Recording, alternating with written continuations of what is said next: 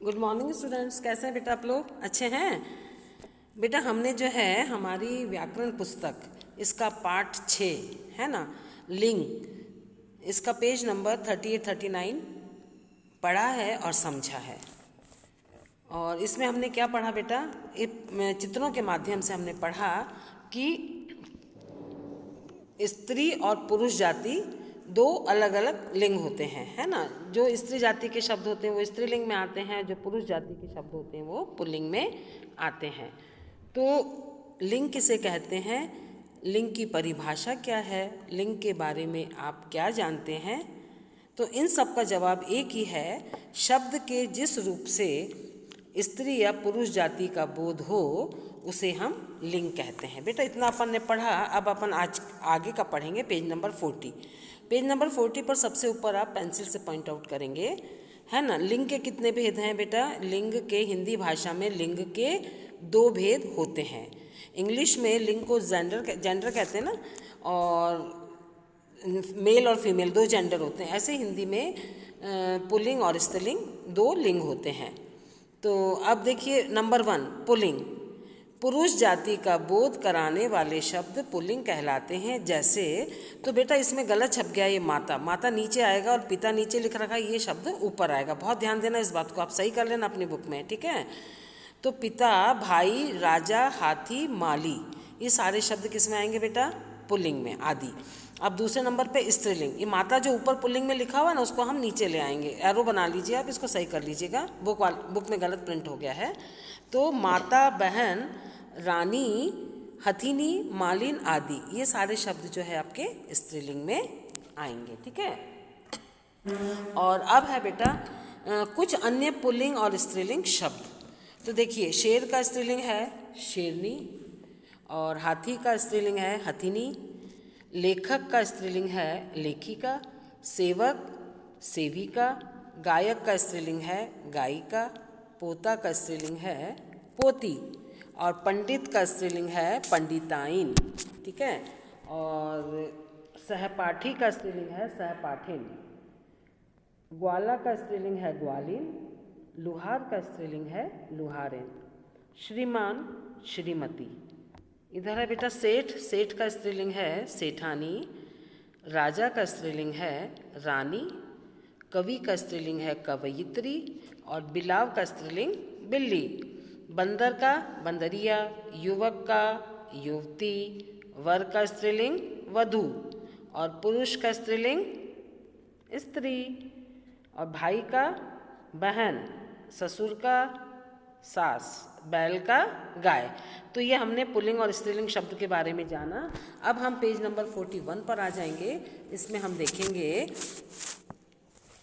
सबसे ऊपर आप पॉइंट आउट करेंगे बेटा, कुछ शब्द ऐसे हैं जो सदा स्त्रीलिंग या सदा पुल्लिंग के रूप में ही प्रयोग किए जाते हैं। जैसे पुल्लिंग में पलंग, पलंग हमेशा पुल्लिंग में ही आता है। ताला भी पुल्लिंग में ही आएगा। छाता, सोना, बगीचा, चीन, हार, फूलों का हार, गुस्सा माने क्रोध, राजस्थान, भारत, जापान, अमेरिका, पहाड़, नाला, झरना, रास्ता, दुख, पतीला, फूल, आम, पेड़, पौधा, तूफान, दूध, मच्छर, चीता आदि, ये सारे शब्द बेटा हमेशा पुल्लिंग में ही आते हैं।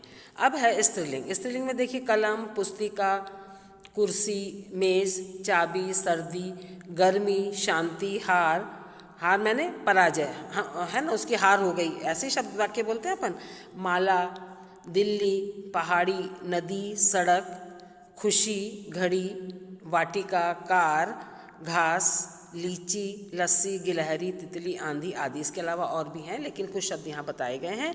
ये शब्द हमेशा बेटा स्त्रीलिंग में ही प्रयुक्त होते हैं, और हर शब्द का अपना लिंग होता है ना। तो बेटा इसके बाद है, इसकी स्पेशल चीज़ है, इसकी विशेष चीज़ है, कुछ शब्द स्त्री या पुरुष दोनों के लिए समान रूप से प्रयोग में लाए जाते हैं, कॉमन रहते हैं। उसका कोई वो, जैसे डॉक्टर, डॉक्टर एक पदवी है, तो लेडी के लिए भी वही आएगा, जेंट्स के लिए भी वही आएगा, ठीक है, पुरुष के लिए भी वही, स्त्री के लिए भी वही। और प्रधानमंत्री, ये भी एक पद है ना। तो महिला के लिए भी वही आएगा, पुरुष के लिए भी वही आएगा। मंत्री भी कॉमन है। इंजीनियर, प्रोफेसर, ये सारे हमारे दोनों के लिए प्रयुक्त होते हैं। अब नदियों, बोलियों और भाषाओं, लिपियों आदि के नाम जो है हमेशा स्त्रीलिंग में ही होते हैं।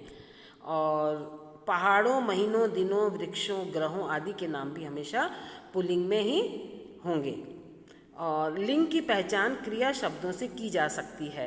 क्रिया से हम पहचान सकते हैं कि संज्ञा शब्द स्त्रीलिंग है या पुल्लिंग। जैसे लड़का जा रहा है क्रिया है, और लड़की जा रही है क्रिया, तो समझ में आ रहा है कि स्त्रीलिंग वाला वाक्य है, ठीक है। और जैसे पानी गर्म हो गया, कौन सा लिंग है बेटा? पुल्लिंग। मैंने चाय पी ली, कौन सा लिंग है? स्त्रीलिंग। तो आओ दोहराएं, इस बात को अपन रिपीट करते हैं। पुरुष या स्त्री जाति का बोध कराने वाले शब्द रूप लिंग कहलाते हैं। लिंग के कितने भेद होते हैं बेटा? लिंग के 2 भेद होते हैं, पुल्लिंग और स्त्रीलिंग। और स्त्री जाति का बोध कराने वाले शब्द क्या कहलाते हैं? स्त्रीलिंग। पुरुष जाति का बोध कराने वाले शब्द कहलाते हैं पुल्लिंग।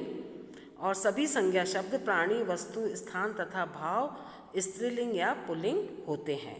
क्रिया के प्रयोग के आधार पर लिंग की पहचान की जा सकती है। इतनी सारी चीज़ें हमने सीखी और समझी। अब आपका गृह कार्य क्या है बेटा? ये पेज नंबर 40 और 41 को आप उंगली लगा के बहुत ध्यान से पढ़ेंगे और इसमें से 4 या 5 प्रश्न बना करके कहाँ लिखेंगे? अपनी रफ कॉपी में। आज की कक्षा हमारी यहीं समाप्त होती है और आपका गृह कार्य यही है, 4-5 प्रश्न बना के आपको लिखना है और इन दोनों पेजेस को समझना है। कल अपन इसकी बुक एक्सरसाइज करेंगे। धन्यवाद।